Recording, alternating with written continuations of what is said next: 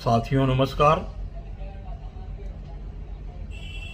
Washington DC स्थित एक गैर लाभकारी संस्था फ्रीडम हाउस की report freedom on the net 2023 the repressive power of artificial intelligence, जो कि मानवाधिकार के सिद्धांतों को लेकर है, आज हम इसी की चर्चा करेंगे। फ्रीडम हाउस की रिपोर्ट बताती है कि मोदी सरकार की सेंसरशिप व्यवस्था 2024 के चुनाव को लेकर असमान खेल का मैदान बना रही है। वाशिंगटन डीसी स्थित गैर लाभकारी संस्था फ्रीडम हाउस एक नई रिपोर्ट में कहा है कि नरेंद्र मोदी सरकार की बढ़ती सेंसरशिप व्यवस्था सत्ताधारी पार्टी की आलोचना और स्वतंत्र रिपोर्टिंग को चुप कराकर एक असमान खेल का मैदान बना रही है। Freedom on the net 2023 the repressive power of artificial intelligence शीर्षक वाली रिपोर्ट में सेंसरशिप और दुष्प्रचार के प्रसार के लिए सरकारों द्वारा कृत्रिम बुद्धिमत्ता के बढ़ते उपयोग पर चिंता जताई गई है।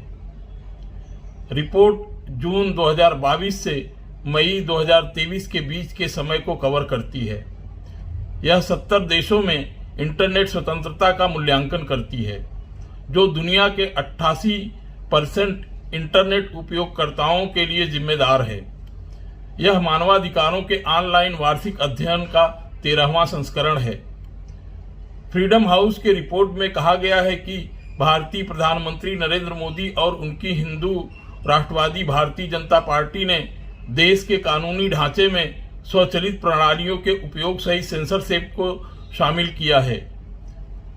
सूचना प्रौद्योगिकी दिशा निर्देश और डिजिटल मीडिया आचार संहिता के नियमों के लिए बड़े सोशल मीडिया प्लेटफॉर्म को व्यापक रूप से परिभाषित प्रकार की सामग्री के लिए AI आधारित मॉडरेशन टूल का उपयोग करने की आवश्यकता होती है, जैसे कि भाषण जो कि सार्वजनिक व्यवस्था, शालीनता, नैतिकता या देश की संप्रभुता को कमजोर कर सकता है।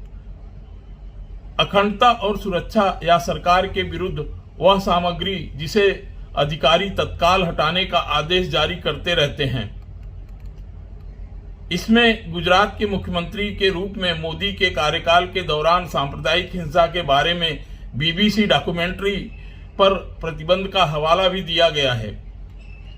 इस साल की फरवरी में सूचना और प्रसारण मंत्रालय ने IT कानून 2021 के नियम 16(3) के तहत अपनी आपातकालीन शक्तियों का इस्तेमाल किया और YouTube कंटेंट और ट्विटर को उन ट्वीट्स को हटाने का निर्देश दिया जो विवादास्पद BBC वृत्तचित्र इंडिया द मोदी क्वेश्चन से जुड़े थे। चूंकि सरकार ने वृत्तचित्र पर प्रतिबंध लगाने का आदेश दिया है, इसलिए IT नियमों के अनुसार फिल्म को साझा करने वाले किसी भी अतिरिक्त पोस्ट को हटाने के लिए दोनों प्लेटफॉर्म को स्वचालित स्कैनिंग टूल का उपयोग करने की आवश्यकता होती है।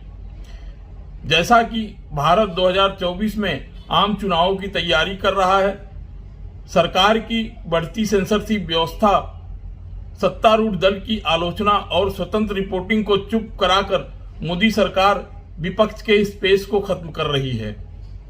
रिपोर्टिंग में कहा गया है कि अधिक सत्तावादी संदर्भों में स्वचालित सेंसरशिप प्रणालियां ऑनलाइन अभिव्यक्ति के लिए बची हुई थोड़ी सी जगह को भी बंद कर सकती हैं।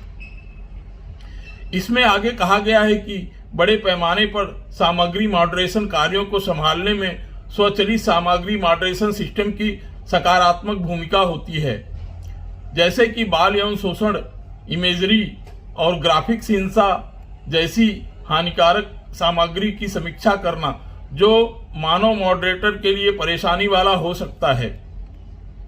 हालांकि जब इन प्रणालियों का उचित रूप से उपयोग किया जाता है, तब भी वे ऑनलाइन सामग्री को अत्यधिक असंगत रूप से चिन्हित कर सकते हैं, विशेष रूप से अंग्रेजी या स्लैंग के अलावा अन्य भाषाओं में, जिससे संभावित रूप से राजनीतिक, सामाजिक और धार्मिक भाषण को हटाया जा सकता है।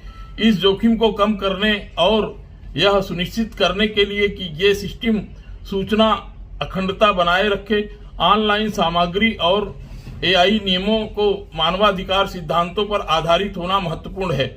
इसमें ऑडिट की आवश्यकताएं, एल्गोरिदम के उपयोग और प्रभाव के संबंध में बढ़ी हुई पारदर्शिता के साथ नोटिस, स्पष्टीकरण, निवारण और अपील के लिए व्यापक तंत्र शामिल होने चाहिए।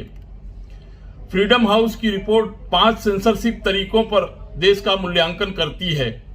इंटरनेट कनेक्टिविटी प्रतिबंध, सोशल मीडिया प्लेटफॉर्म पर ब्लॉक, वेबसाइट पर ब्लॉक, वीपीएन पर ब्लॉक और सामग्री को जबरन हटाना।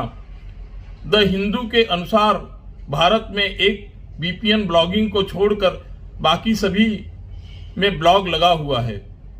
भारत उन देशों की सूची में शामिल है जिन्होंने राजनीतिक, सामाजिक या धार्मिक सामग्री होस्ट करने वाली वेबसाइट को अवरुद्ध किया है। जानबूझकर आईटीसी नेटवर्क को बाधित किया गया। ऑनलाइन चर्चाओं में हेरफेर करने के लिए सरकार समर्थक टिप्पणीकार का इस्तेमाल भी किया गया और सरकारी आलोचकों या मानवाधिकार संगठनों के खिलाफ तकनीकी हमले भी किए गए। भारत 1 से 100 की सीमा पर जहां 100 उच्चतम डिजिटल स्वतंत्रता और 1 सबसे खराब दमन का प्रतिनिधित्व करता है। फ्रीडम हाउस की इस रिपोर्ट में भारत ने 50 अंक प्राप्त किए हैं, जबकि आइसलैंड 94 अंक के साथ इंटरनेट की स्वतंत्रता की दुनिया का सर्वोत्तम माहौल वाले देश के रूप में उभरा है। धन्यवाद साथियों, मानवाधिकारों के सामयिक विषय पर आधारित यह वीडियो अगर आपको अच्छा लगा हो तो वीडियो को लाइक करें, शेयर करें, चैनल को सब्सक्राइब करें और बेल आइकन दबाकर हमें अपना समर्थन दें।